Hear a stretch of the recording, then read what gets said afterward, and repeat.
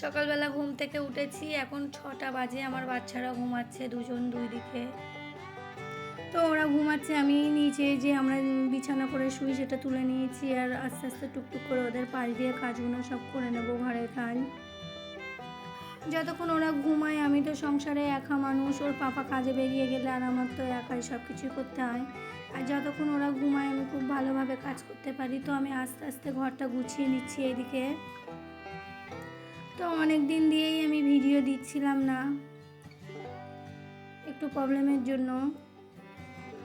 তো আবার ভিডিও দিতে শুরু করেছি, আশা করি সবাই আমার ভিডিও দেখবে, আমার পাশে থাকবে। বাইরে মেঘলা ওয়েদার, এখন অনেক সকাল সকাল আজকে উঠে পড়েছি। সাধারণত 7টার দিকেই ওঠা হয়, কিন্তু আজকে একটু সকাল সকাল ভিডিও করব বলে সকাল সকালই উঠেছি। ওরা ঘুমালে আমারও একটু সুবিধা হয় ভিডিও বানাতে।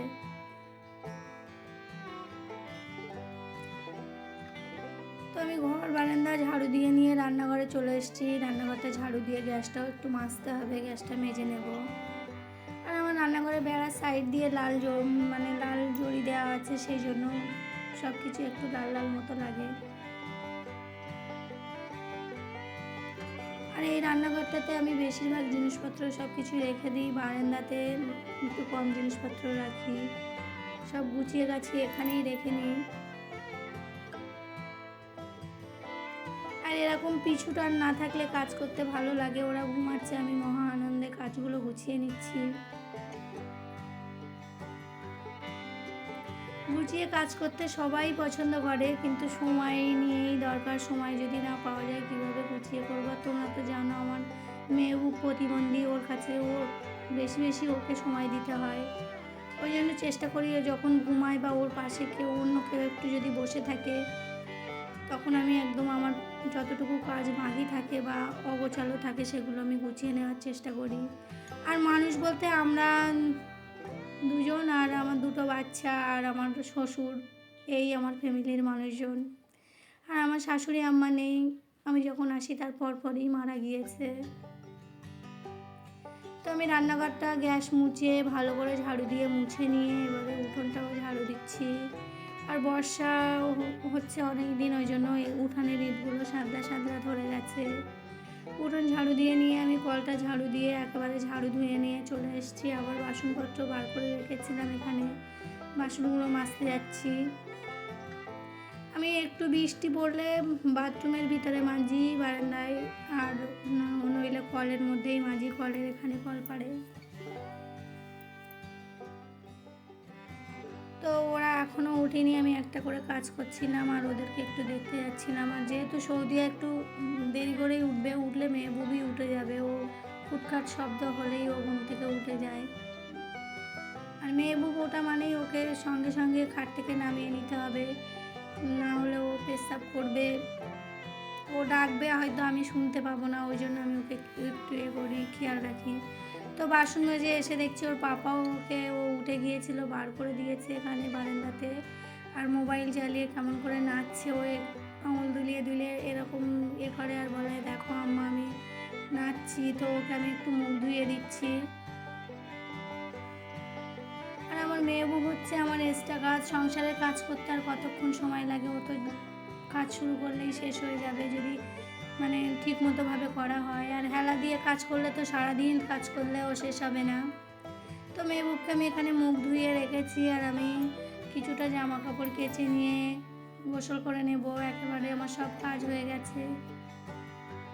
তো মেহবুব উঠে গেছে, সৌদিয়াও ঘুমাচ্ছিল। আমি গোসল করে এসে সৌদিয়াকে ডেকে তুলছি। আর একটু সকাল সকাল কাজ করে নিয়েছি, তার কারণ, আর নিইও এখন করে, তার কারণ হচ্ছে আমি একটু কাম সেলাই করি, সেগুলো টাইম মতো জমা দিতে হয়, ওই জন্য সংসারের কাজ একটু তাড়াহুড়ো করেই গুছিয়ে নিই। আর মেয়েদের একটু ইনকাম থাকার অবশ্যই প্রয়োজন, ওই জন্য আমি আমার কাজ গুছিয়ে যতটুকু পাশাপাশি চেষ্টা করি একটু ছোট করে ইনকামের। তো আমি খাটটা গুছিয়ে নিয়ে চা করতে চলে এসেছি, এখানে চা বানিয়ে নিচ্ছি। আর সকালবেলা চা খেয়ে সৌদিয়ার পাপাও বেরিয়ে যাবে, সৌদিয়ার দাদুও বেরিয়ে যাবে। এবার মেহবুব, সৌদিয়া যেদিন স্কুলে থাকে সৌদিয়াও বেরিয়ে যায়।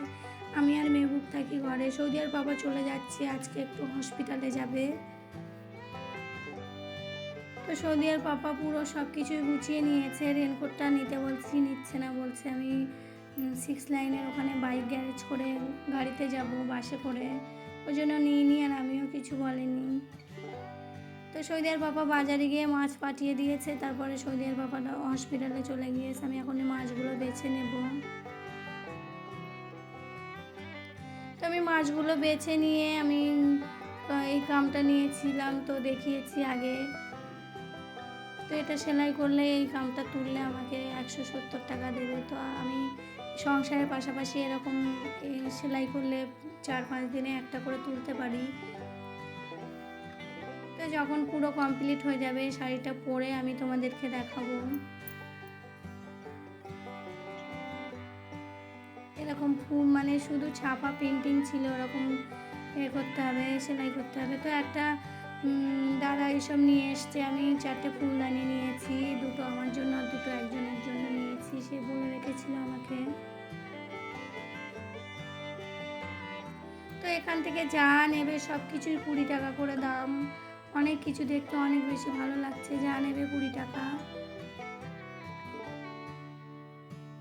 আমি ফুলদানি নিয়েছি, আর এই দাদাটা বৃহস্পতিবারে করে প্রতি বৃহস্পতিবারে আসে। তো একসঙ্গে তো সব কিছু নেওয়া হয় না, যখন মানে টাকা থাকে তখন নিয়ে, না থাকে নিয়ে নিই। আর এসে আমাদের গেটের সামনেই দাঁড়ায় এই দাদাটা।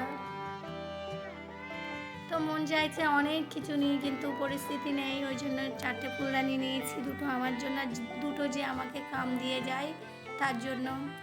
তো এটা নেওয়ার পরে আমি রান্না বসিয়েছি, আর রান্নার পাশাপাশি আনারস কাটছে এখানে আমার আম্মা, আমি আনারস খাচ্ছি আর রান্না করছি। মাছটা তো ভাজা হয়ে গেছে, ওইদিকে ভাত হচ্ছে। তো দুপুরে পেঁপে মাছ রান্না করে খাওয়া দাওয়া করে সবাই একটু ঘুমিয়ে পড়েছিলাম। তো সৌদি আর পাপা হসপিটাল থেকে ফেরার সময় শ্যামবাজার থেকে একটু চা নিয়ে এসছে আর ব্যাট নিয়ে এসছে, যে ব্যাট ভেজে খাওয়ার জন্য, ওটা সন্ধ্যেবেলা সবাইকে একটু ভেজে দিয়েছি। এখানে সৌদি আর পাপার বন্ধু আছে, আমার বান্ধবী আছে, আমার বাচ্চারা আছে, সবাই মিলে। আজকে সৌদিয়া পড়তে যায়নি, বাড়িতে ছিল, আর আমিও সৌদিয়াকে পড়তে বসাইনি। তো গল্প আড্ডা হওয়ার পরে 9:30 10টার দিকে আজকে একটু সকাল সকাল খেতে বসেছি। রাত্রে ডিম আলু করেছি, সবাই এখানে খাওয়া দাওয়া করে নিচ্ছি। তো আমার ব্লগটি এখানেই শেষ।